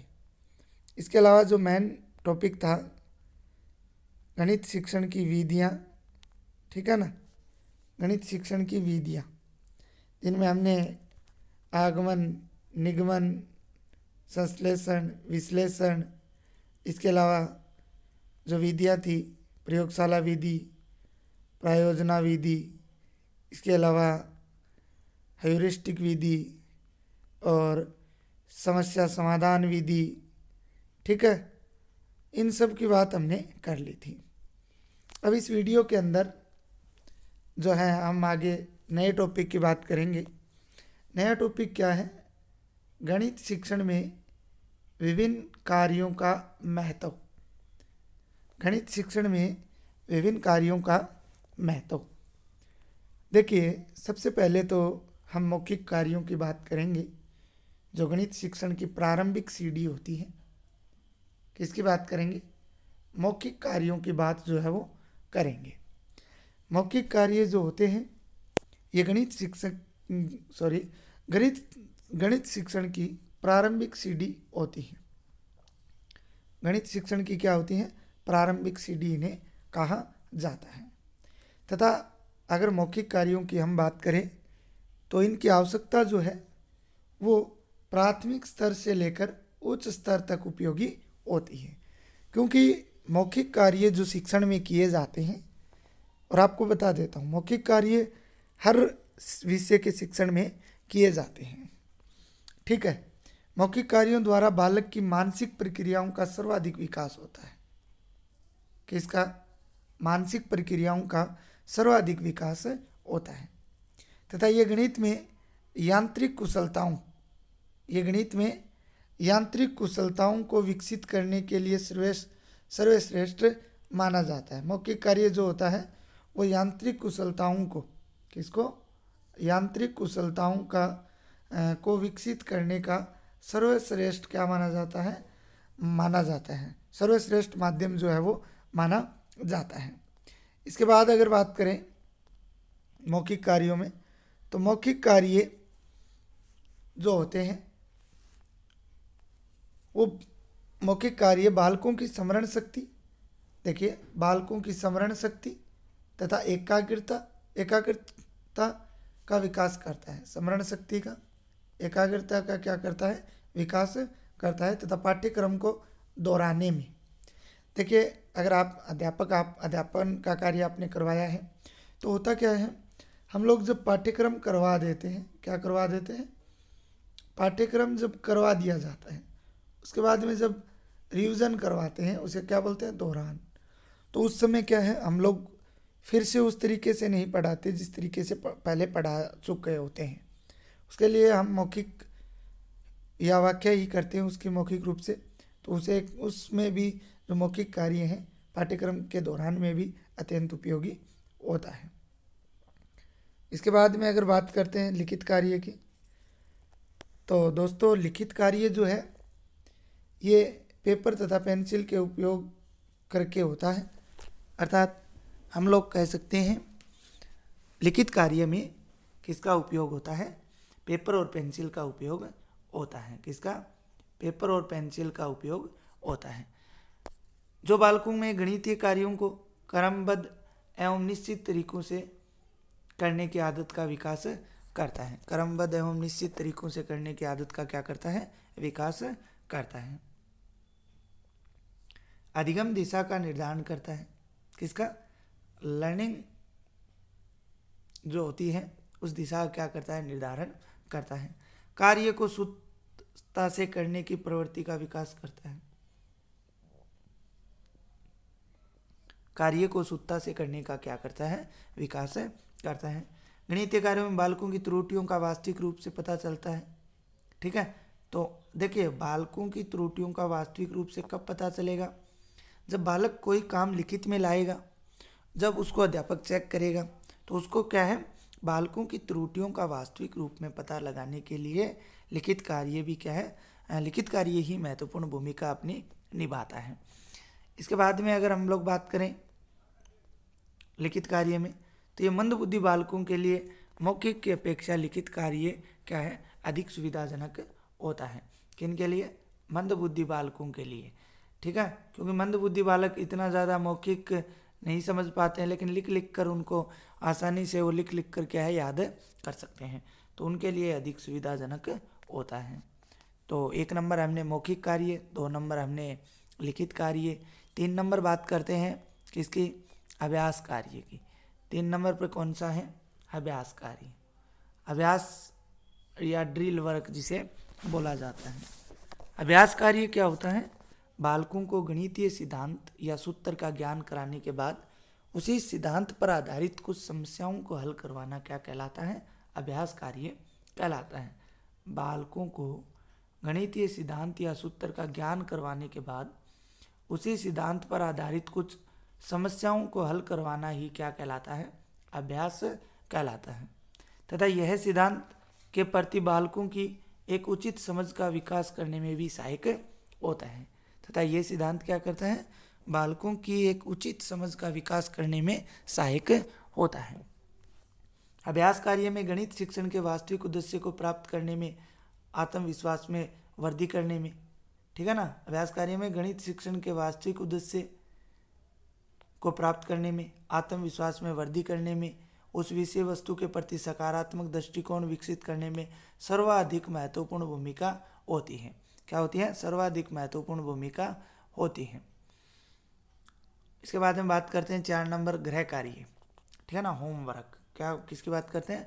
होमवर्क की बात करते हैं, गृह कार्य। देखिए गृह कार्य क्या करता है? गृह कार्य की बात करते हैं। आपको भी बचपन में गृह कार्य जो है वो दिया गया होगा। इससे अभ्यास कार्य का पूरक कार्य भी कहा जाता है। इसे क्या कहा जाता है? अभ्यास कार्य का पूरक कार्य भी कहा जाता है, जिसके द्वारा बालकों की संरचनात्मक व रचनात्मक क्षमताओं का सर्वश्रेष्ठ रूप का पता चलता है। संरचनात्मक व रचनात्मक रूप का या क्षमताओं का सर्वश्रेष्ठ रूप से पता चलता है। इसके बाद में बात करते हैं, यह मौखिक चिंतन का विकास करता है। गृह कार्य किसका विकास करता है? मौखिक चिंतन का विकास करता है। इसके अलावा किसका विकास करता है? मौखिक चिंतन का विकास करता है। मौलिक अभिव्यक्ति के अवसर देता है। किसके अवसर देता है? मौलिक अभिव्यक्ति के अवसर देता है तथा व्यक्तिगत विभिन्नताओं के सिद्धांत पर आधारित होता है। किसके सिद्धांत पर आधारित होता है? व्यक्तिगत विभिन्नताओं के जो सिद्धांत हैं उन पे आधारित होता है।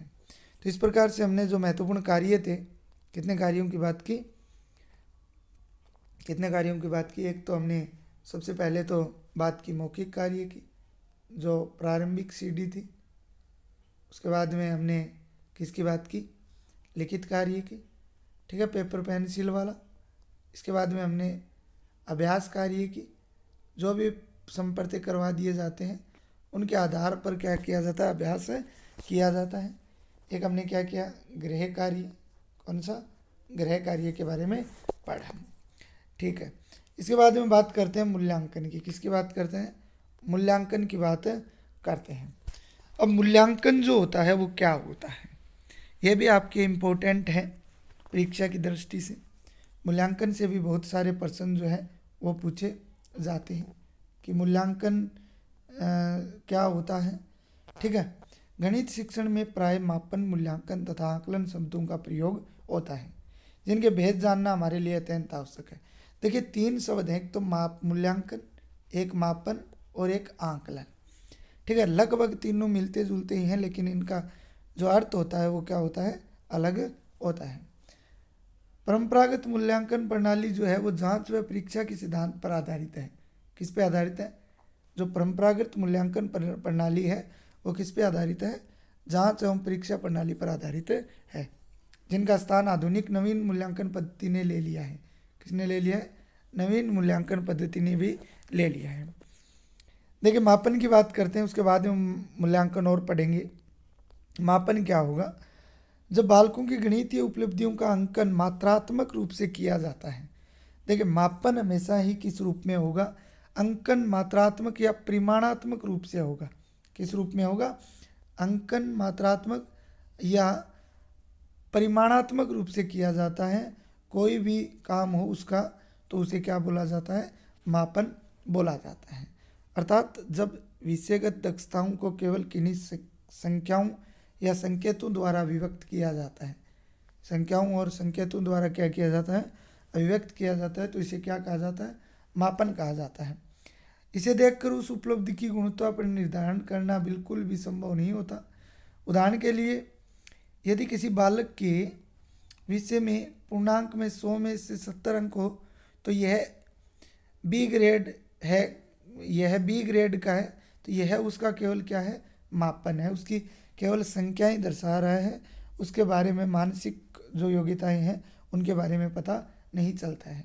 अर्थात दक्षता का मात्रात्मक या मापन कैसा है? अंकन है। तो ये क्या होगा? मापन होता है। इसके बाद में देखिए बात करते हैं मूल्यांकन की। मूल्यांकन फिर से पढ़ते हैं। मूल्यांकन का क्षेत्र मापन से अधिक व्यापक होता है। मापन से अधिक क्या होता है? व्यापक होता है। तथा जब बालकों को अधिगम अनुभव प्रदान कर दिए जाते हैं, तो उनके व्यवहार में आए परिवर्तन की गुणात्मक रूप से व्याख्या करना तथा निष्कर्ष निकालना ही क्या कहलाता है? मूल्यांकन कहलाता है। देखिए मापन में तो किस रूप में था? परिमाणात्मक रूप में। और अगर हम बात करें किसकी? मूल्यांकन की अगर बात करते हैं, तो वो किस रूप में होता है? गुणात्मक रूप में। वो किस रूप में होता है? गुणात्मक रूप में। इसके बाद में अगर बात करते हैं, तो मूल्यांकन प्रक्रिया में निश्चित रूप से मापन निहित होता है। क्या है? मूल्यांकन में क्या होता है? मापन भी निहित होता है, किंतु साथ साथ इसके गुणात्मक मूल्यों का भी अंकन किया जाता है। किसका? गुणात्मक। क्यों? गुणात्मक मूल्यों के बगैर तो क्या नहीं होगा? मूल्यांकन जो है वो हो ही नहीं पाएगा।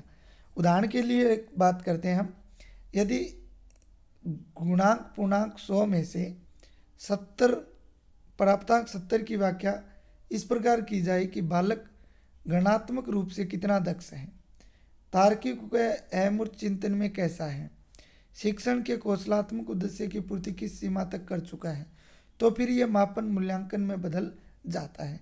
देखिए अगर हम नंबर बता रहे हैं कि 100 में से 70 आए हैं, तो वो क्या हो जाएगा? मापन।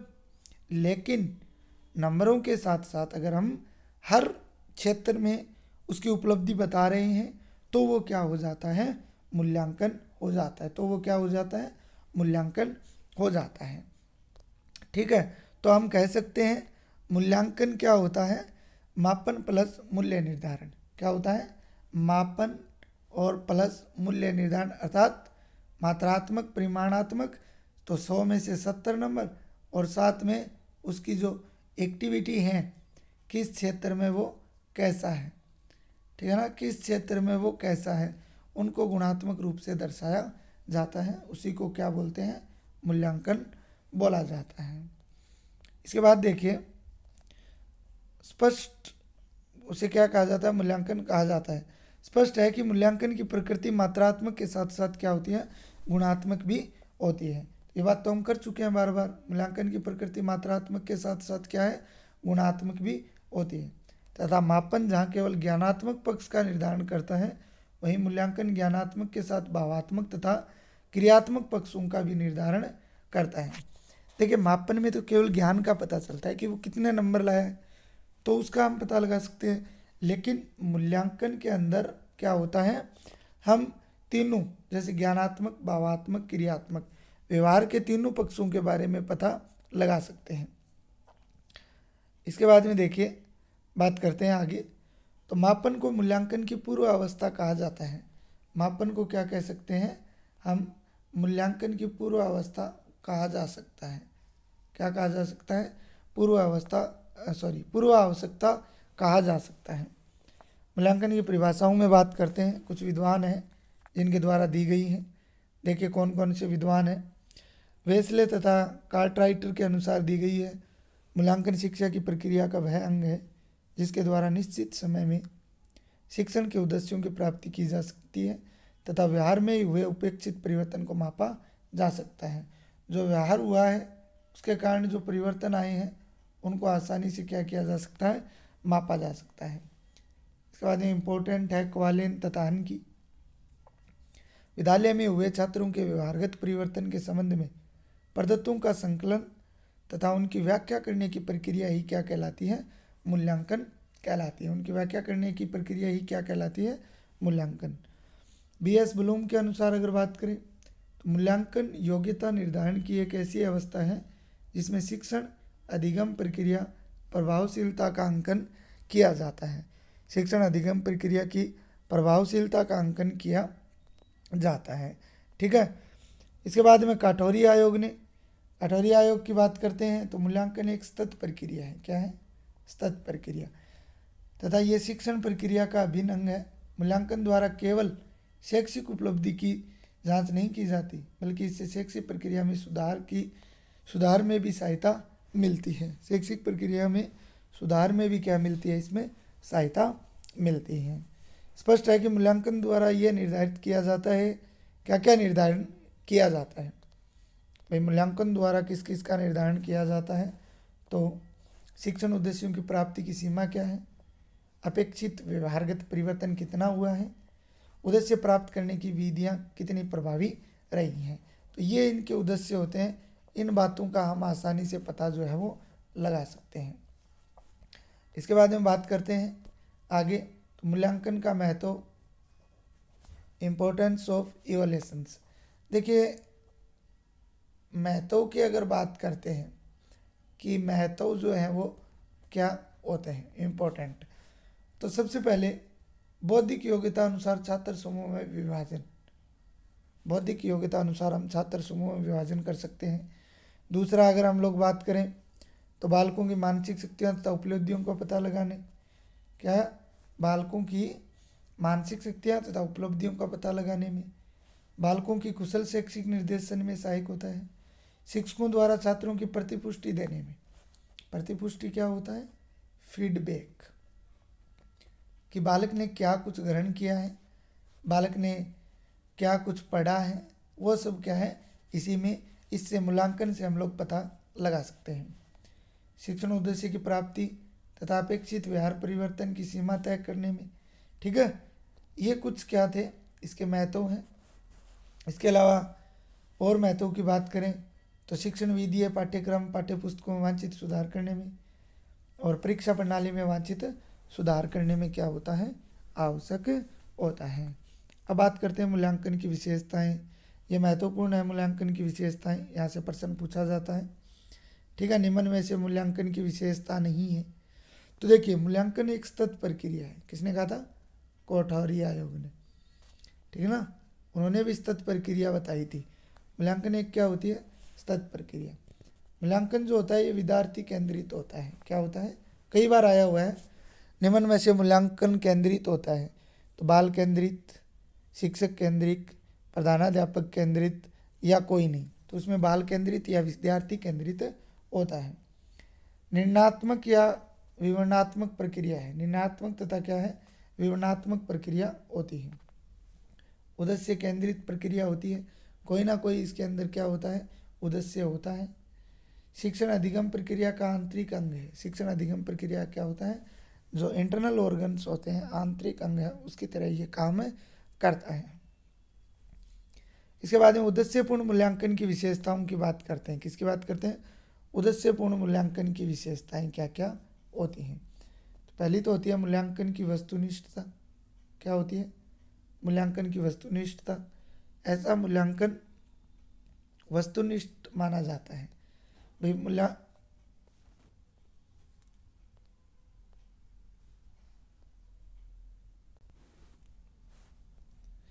ऐसा मूल्यांकन क्या माना जाता है? वस्तुनिष्ठ जो है वो माना जाता है, जिसमें दिए गए प्रश्नों के उत्तर अद्वितीय होते हैं या यूनिक होते हैं। क्या होते हैं? यूनिक होते हैं। और तथा विभिन्न परीक्षकों के द्वारा जांचे जाने पर भी परिणाम में अंतर नहीं आता है। यूनिक कौन से होते हैं? जिनको कोई भी शिक्षक चेक करे, जिनका उत्तर हमेशा ही क्या आता है? एक आता है। तो मूल्यांकन की वस्तुनिष्ठता। 2 नंबर, मूल्यांकन की विश्वसनीयता। ऐसा मूल्यांकन विश्वसनीय माना जाता है। ऊपर वाला वस्तुनिष्ठ और ये क्या माना जाता है? विश्वसनीय, जिसमें विभिन्न परिस्थितियों में पुनरावृत्ति किए जाने पर समान परिमाण प्राप्त होते हैं। क्या प्राप्त होते हैं? समान परिमाण प्राप्त होते हैं, अर्थात परिणाम भी प्रकृति पर कोई प्रभाव नहीं पड़ता है। ठीक है ना? परिणाम की प्रकृति पर भी कोई प्रभाव नहीं पड़ता है। तो मूल्यांकन की विश्वसनीयता। मूल्यांकन की विभेदीकारिता। ऐसा मूल्यांकन जो कक्ष में विभिन्न बौद्धिक स्तर के बालकों की पहचान करने में सक्षम हो, अर्थात जो कक्षा की प्रतिभाशाली, औसत तथा पिछड़े छात्रों की पहचान कर सकता है। इस हेतु प्रश्न पत्र में सरल तथा कठिन प्रश्नों का समावेश किया जाता है। ठीक है? सरल और जो कठिन प्रश्न है उनका समावेश किया जाता है। वैधता की बात करते हैं, मूल्यांकन की वैधता। एक मूल्यांकन तब वैध माना जाता है जब वह जिस उद्देश्य के लिए बना हुआ है उसका शुद्धता एवं सार्थकता से मापन कर सकता है। शुद्धता एवं सार्थकता से क्या कर सकता है? मापन। 7 नंबर की अगर बात करते हैं तो मूल्यांकन की व्यापकता। एक मूल्यांकन तब व्यापक होता है जब संपूर्ण पाठ्यक्रम का मूल्यांकन करने के साथ साथ व्यवहार के पक्षों का मूल्यांकन करने में भी क्या होता है? सक्षम होता है। इसके अलावा मूल्यांकन की व्यवहारिकता। ऐसा मूल्यांकन जो समय, परिस्थितियां तथा संसाधनों के अनुरूप हो, जिसकी भाषा जटिल ना हो तथा व्यवहारिक परिस्थितियों के अनुरूप होता है, वो क्या कहलाता है? मूल्यांकन की व्यवहारिकता कहलाती है। इसके बाद में मूल्यांकन की सततता। कटौरी आयोग ने कहा था मूल्यांकन सतत होता है। सततता की बात करते हैं तो ऐसा मूल्यांकन जो एक सावधि जांच के रूप में ना होकर शिक्षण अधिगम प्रक्रिया के दौरान लगातार चलता रहता है, जिससे प्राप्त होने वाली प्रतिपुष्टियों द्वारा शिक्षण अधिगम में क्या किया जा सकता है? सुधार जो है वो किया जा सकता है। ये क्या होता है? मूल्यांकन की सततता होती है। इसके बाद में बात करते हैं आगे विशिष्ट मूल्यांकन के प्रकार। किसके प्रकार? विशिष्ट मूल्यांकन के प्रकारों की बात करते हैं। तो विशिष्ट मूल्यांकन जो होता है ये मुख्य रूप से 2 प्रकार का होता है। एक तो संरचनात्मक आंकलन। कितने प्रकार का होता है? 2 प्रकार का होता है। एक तो होता है विशिष्ट मूल्यांकन की बात करते हैं तो एक तो होता है संरचनात्मक आंकलन। कैसा? संरचनात्मक आंकलन, या इसको रचनात्मक आंकलन बोलते हैं, या इसको रूपात्मक आंकलन बोलते हैं, या इसको निर्माणात्मक आंकलन बोलते हैं, या इसको फॉर्मेटिव असेसमेंट बोला जाता है। क्या बोला जाता है? फॉर्मेटिव असेसमेंट बोला जाता है। शॉर्ट में इसको FA लिख सकते हैं। शॉर्ट में आप लोग क्या लिख सकते हो? FA। तो संरचनात्मक आंकलन या रचनात्मक आंकलन, रूपात्मक आंकलन, निर्माणात्मक आंकलन, एक ही बात है। संरचना किसी का निर्माण होना, रचना मतलब संरचना, रूप मतलब संरचना, निर्माण मतलब निर्माण होना। तो ये सभी एक ही अर्थ निकलते हैं इनसे, या इसको बोल सकते हो फॉर्मेटिव असेसमेंट। शिक्षण अधिगम प्रक्रिया के दौरान या मध्य में समय समय पर किए जाने वाले आकलन, जिनका उद्देश्य केवल शिक्षण अधिगम प्रक्रिया में सुधार करना होता है, तथा जो शिक्षक एवं छात्रों के दौरान प्रतिपुष्टि या फीडबैक देते हैं ताकि शिक्षकों को उनकी शिक्षण विधियों की प्रभावशीलता का पता चल सके, जबकि विद्यार्थियों को उनके अधिगम अवरोधकों का पता लगे ताकि पुनर्बलन देकर उन्हें अभिप्रेरित किया जा सके। पुनर्बलन देकर उन्हें क्या किया जा सकता है? अभिप्रेरित जो है वो किया जा सकता है। इसके बाद में देखिए आगे बात करते हैं 2 नंबर योगात्मक या संकलित आकलन, इनमें हम अंतर भी पढ़ेंगे। तो इसको सुमेटिव असेसमेंट बोला जाता है, इसलिए इसको क्या लिख सकते हैं, SA, योगात्मक संकलित आकलन। शिक्षण अधिगम प्रक्रिया में जब समाप्ति पर किए जाने वाले ऐसे आकलन जिनका उद्देश्य विद्यार्थी की उपलब्धि का स्तर तय करना होता है, उपलब्धि का क्या करना होता है, स्तर तय करना होता है, जिसे किसी संख्यात्मक मान या ग्रेडिंग द्वारा व्यक्त किया जाता है। संख्यात्मक मान या किसके द्वारा, ग्रेडिंग मान के द्वारा जो है वो प्राप्त दर्शाया जाता है। अब देखिए हम अंतर की बात कर लेते हैं।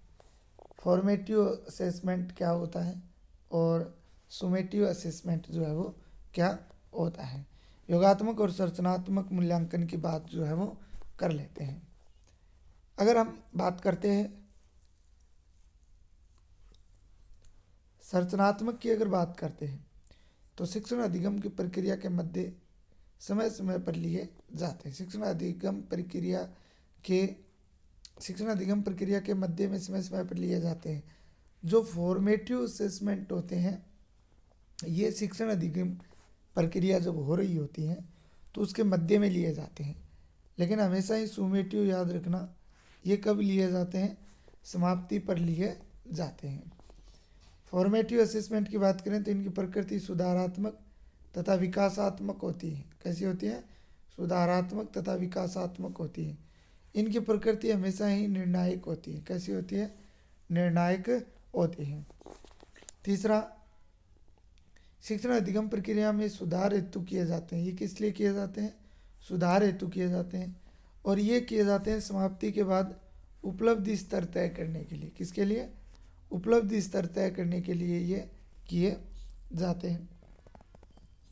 4 नंबर अगर बात करते हैं FA के अंदर, तो शिक्षक और छात्रों दोनों को ही फीडबैक मिलता है, दोनों को ही प्रतिपुष्टि देते हैं। क्या देते हैं, दोनों को ही प्रतिपुष्टि देते हैं।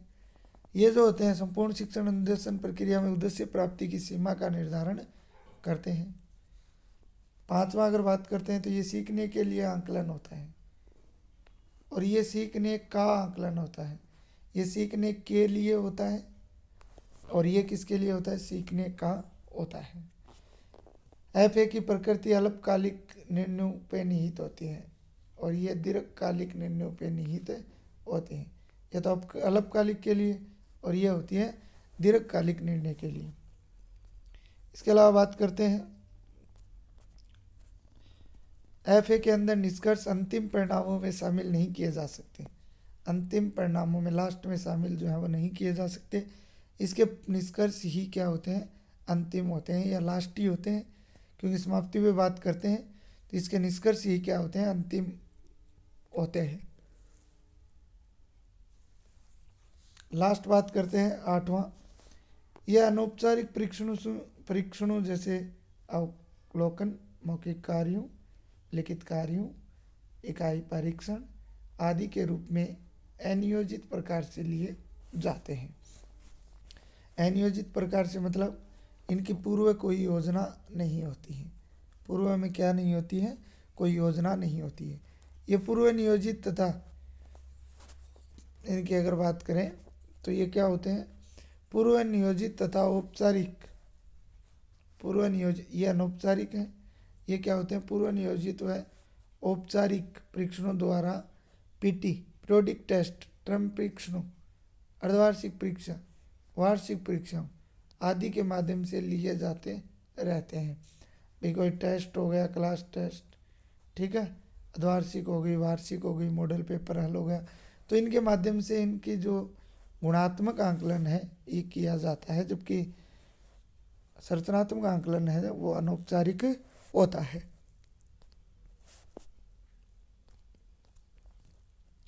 इसके बाद में मूल्यांकन के सोपान है।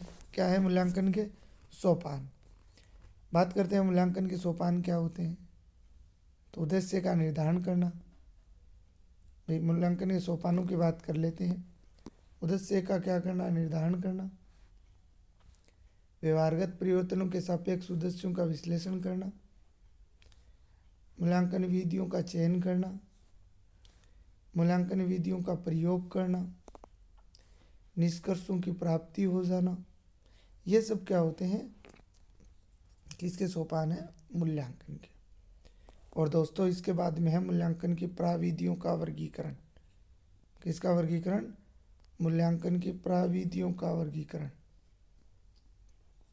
और मूल्यांकन की प्रविधियों की अगर हम लोग बात करते हैं कि प्रविधि कौन कौन सी होती हैं और उनका किस प्रकार से मूल्यांकन जो है वो किया जाता है, तो देखिए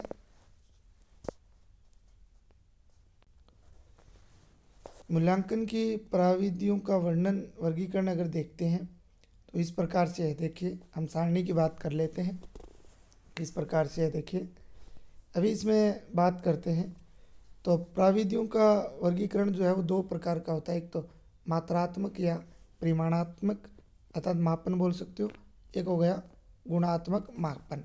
क्यों मूल्यांकन के अंदर हमने पढ़ा था मापन और गुणात्मक दोनों आते हैं, मापन और गुणात्मक, तो ये दोनों क्या है, मापन और गुणात्मक ही होते हैं। ठीक है, इसमें बात करें सबसे पहले मात्रात्मक या परिमाणात्मक के लिए लिखित, मौखिक, प्रायोगिक तीनों प्रकार के काम जो है वो किए जा सकते हैं। क्या किए जा सकते हैं, तीनों प्रकार के काम जो है वो किए जा सकते हैं। इसी प्रकार गुणात्मक मूल्यांकन में अगर बात करें तो उससे पहले देखो लिखित हो गया, मौखिक हो गया, प्रायोगिक। मौखिक तो सबको पता है, बोलकर जो काम कर लेते हैं, ठीक है, पता कर लेते हैं।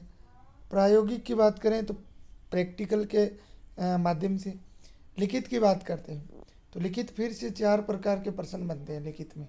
कितने प्रकार के, 4 प्रकार के, अति लघुत्तरात्मक, लघुत्तरात्मक, निबंधात्मक और वस्तुनिष्ठ। देखिए छोटे प्रश्न, उनसे थोड़े बड़े और बहुत बड़े और सबसे छोटे प्रश्न। वस्तुनिष्ठ की बात करते हैं तो ये फिर से 1 2 3 4 5 6 7 प्रकार के होते हैं। कितने प्रकार के होते हैं, फिर से 7 प्रकार के होते हैं। देखिए कौन कौन से होते हैं, सत्य या असत्य पर कोई एक वाक्य दे दिया, उसमें जानना है कि सत्य है या असत्य है। प्रत्यास्मरण वाले होते हैं, पहचान वाले होते हैं कि निम्न की पहचान कीजिए।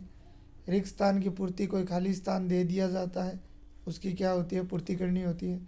सुमेलित करना, तो सुमेलित करने वाले प्रश्न आपने देखा होगा, 1 नंबर ए लिख दिया जाता है, एक तरफ बी, इधर कुछ लिख दिया जाता है, इधर इनके आगे कुछ लिख दिया जाता है। ए का इस प्रकार से जो मिलान करते हैं उसे क्या बोला जाता है, मिलान वाले प्रश्न जो है वो बोला जाता है। वर्गीकरण वाले हो जाएंगे बहुविकल्पीय, ठीक है ना, ऑब्जेक्टिव टाइप, ये तो हम लोग परीक्षा देते ही हैं ऑब्जेक्टिव टाइप, ठीक है। तो ऑब्जेक्टिव टाइप भी इसी के अंदर आते हैं, वस्तुनिष्ठ के अंदर। बात करते हैं गुणात्मक मूल्यांकन की, कि गुणात्मक मूल्यांकन में किस प्रकार के प्रश्न जो है वो होते हैं। ये तो हमने मात्रात्मक के अंदर जो है वो बात कर ली। किस में बात कर ली, मात्रात्मक में। गुणात्मक में अगर बात करें तो अभिवर्ती मापन कौन सा आता है, अभिवर्ती मापन, अवलोकन, समाजमिति, क्रम निर्धारण या रेटिंग जो देते हैं ना, 5 रेटिंग चलती है, आप लोगों को पता भी है, आगे भी हम लोग बात करेंगे। जांच सूची, प्रश्नावली, साक्षात्कार या इंटरव्यू, संचयी और अभिलेख।